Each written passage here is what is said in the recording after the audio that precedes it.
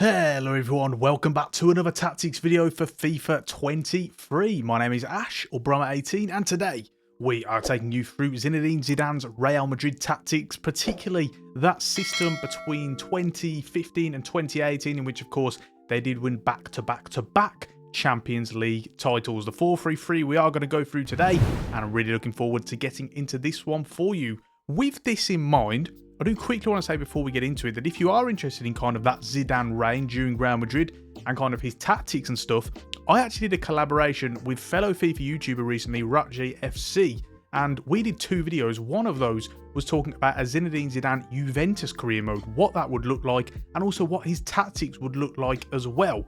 Go and check that video out on his channel, and on my channel we did a video covering Xabi Alonso's Real Madrid tactics and a career mode and what that would look like on top of that. So go and check those two videos out. I will leave the links in the description below, and I think you guys will really enjoy them. With that being said, let's talk about the system.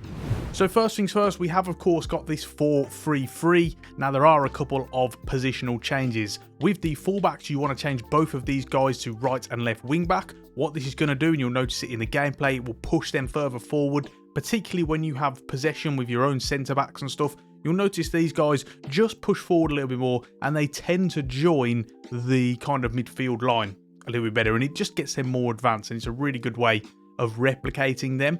We also have Luka Modric pushed up to centre attacking midfield. In this case, what it does, it will occasionally get him into more advanced roles, those more advanced pockets of space, those areas in between the opposition defence and midfield line, and that's what we're looking for in this situation. You also want to make sure Kroos is a left central midfielder rather than a central midfielder. This is something that you guys do ask me about sometimes, and I'll just say what you'll notice in their positioning, you'll just find them kind of stationed off a little bit over to the kind of half channel a bit more, and it does help when you've got these kind of wing backs, them just kind of cover in for that role if and when they need to. Thankfully, we do generally have the kind of same team here, very similar to what he did have back then. There haven't been a whole lot of changes, so that works really well, particularly with this midfield other than Casemiro. Now, we'll come on to the tactical instructions next, but before we do that, I quickly want to say, if you haven't done so already, you want to see how this tactic ranks and rates compared to all of my other systems, then check out my Patreon, because you can get access to my FIFA 23 custom tactics package on there, as well as a whole host of other perks, exclusive tactics videos such as the ones you're seeing now.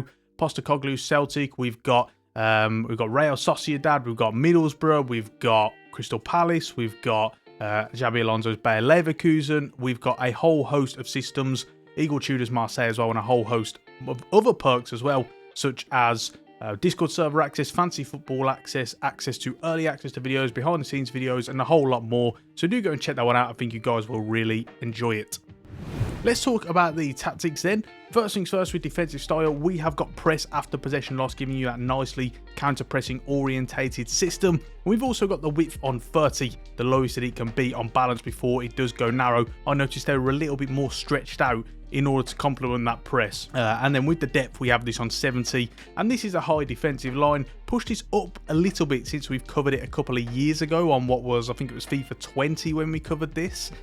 Because I did notice back on looking some of the footage that actually they were really a high block, and it was really kind of tough to get past them, particularly with such kind of a pacey defensive line.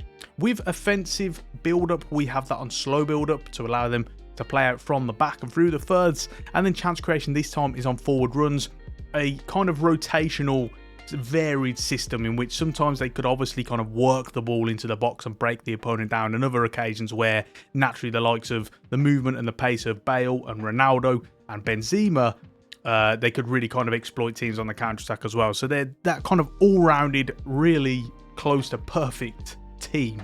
The width is on 30. The reason why we do this is because having it on the lowest that you can have it on balance before it becomes narrow means that you still have a slight emphasis on kind of exploiting the wings and the wide areas in which they do, but the likes of Ronaldo and the midfielders, etc., and even the fullbacks to a degree, are going to generally condense a little bit more, which is going to kind of play into that kind of slow build-up that we spoke about a little bit earlier, Players in the box is on 6. You're going to have roughly kind of 4 players getting into the box. And then with corners and free kicks, both of these are on 4.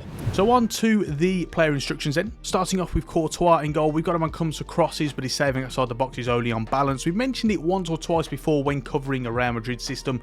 Courtois not really that kind of keeper who is going to come miles out of his goal, and that's not something that they really had back then either.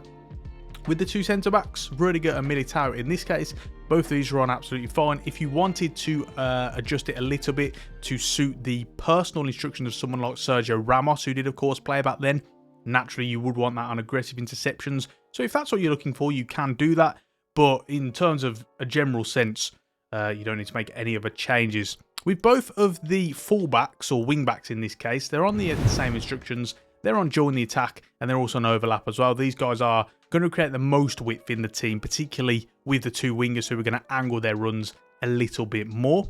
With Tchouaméni playing that Casemiro role in defensive midfield, we've got him on cut passing lanes to replicate that lane-orientated press that we spoke about so often in many videos beforehand. His attacking support is stay back whilst attacking. It's very important because ultimately, with these 2 fullbacks going on forward, you're going to be slightly vulnerable to opposition counter-attacks. And so, you know, having him kind of marshalling and anchoring that midfield is going to be very, very important.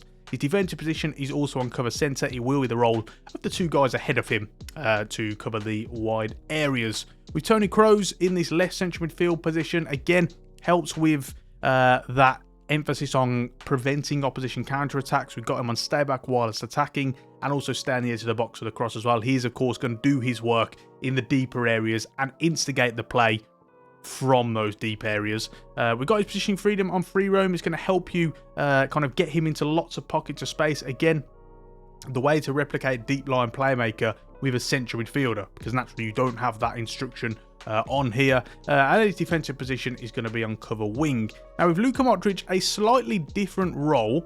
We've got him on comeback on defence, he will track back, and we've also got him on getting to the box with the cross as well. Now with positioning freedom here, he is on free roam. And we spoke earlier about having him in cam, it will sometimes bring him into those more advanced areas, but with free roam you'll notice him dropping off more as well. And this is a really good way to replicate that Modric role, because ultimately what you're going to find is, yes, sometimes he gets into those more advanced areas, but sometimes he's going to drop off. He's going to help the likes of Kroos and Tchouaméni, in this case, progress the ball from deeper areas. Then you're going to get the fullbacks kind of overlapping him, and he really does a bit of everything, and it's a great way to get him around the pitch and just on the ball as much as physically possible. With the 2 wingers then, starting off with Rodrigo playing that kind of Bale role, or, you know, multiple different players, Asensio sometimes in this as well.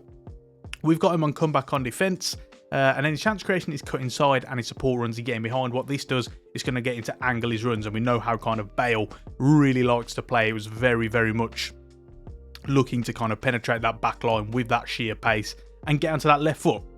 Which is going to be a similar instruction and kind of principle over on the other side, but we'll talk about a difference very shortly. We've also got him on to get into the box for the cross as well. Now, over on the left, we have that kind of Cristiano Ronaldo role, of course. Very, very similar, other than defensive support. This time is on basic defense support. Ronaldo, contrary to popular opinion, would actually sometimes track back, and he could bed into that defensive shape. It was just more occasional rather than repeatedly. And so as a result, to try and replicate that, we do have this on basic defensive support. Now with Karim Benzema at up top, a slightly different role to what we see now in his the kind of Ancelotti regime, in which we see him dropping off a bit more. This kind of Benzema was a bit more all-rounded. Still often like to penetrate in behind. So first things first, support runs is on stay central, with the likes of the 2 strikers, or the 2 wingers, I should say, kind of angling their runs. You've got the fullbacks coming forward as well. You don't really need him drifting out wide. His job is to kind of get in between the posts as that out and out kind of centre forward. Attacking runs is on mix, and this is what we're really alluding to here. He did a little bit of everything. Sometimes he runs in behind, he'd back into opponents, he'd look to get kind of the 2 wingers and Modric, etc., playing off him and look to kind of hold it up. And occasionally he would drop off as well. And I've noticed that really happening in the game with the recent update. And you'll see it in the gameplay as well if you kind of glance at it every so often. So this is something that he really allows him to have everything in his armoury. And finally with defensive support, he is on stay forward. Now, with that being said, we are ready to round it off there. If you have played the tactic and you want to let me know your thoughts, please do let me know. But most importantly, check out my Patreon if you want to see how it ranks and rates, suitable strengths and weaknesses, suitable teams to play as, all that good stuff. And find it on the FIFA 23 custom tactics package, as well as a whole host of exclusive tactics videos that I think you guys will really enjoy. I keep getting lots of people asking me, can you do this video? Can you do Postecoglou Celtic? Can you do Tudors Marseille? And I have to keep saying, guys, I've already done it on Patreon. So do go and check them out. And I think you guys will really enjoy it. With that being said, make sure to hit the subscribe button, ring the bell to get notifications every time I upload, drop a like on the video, and check out the 2 videos I spoke about at the start as well, Zidane's Juventus career mode and Xabi Alonso's Leverkusen career mode. With that being said, we're going to round it off there. Thank you so much everyone for watching. Thank you for your continued support, and until the next one, I will see you soon.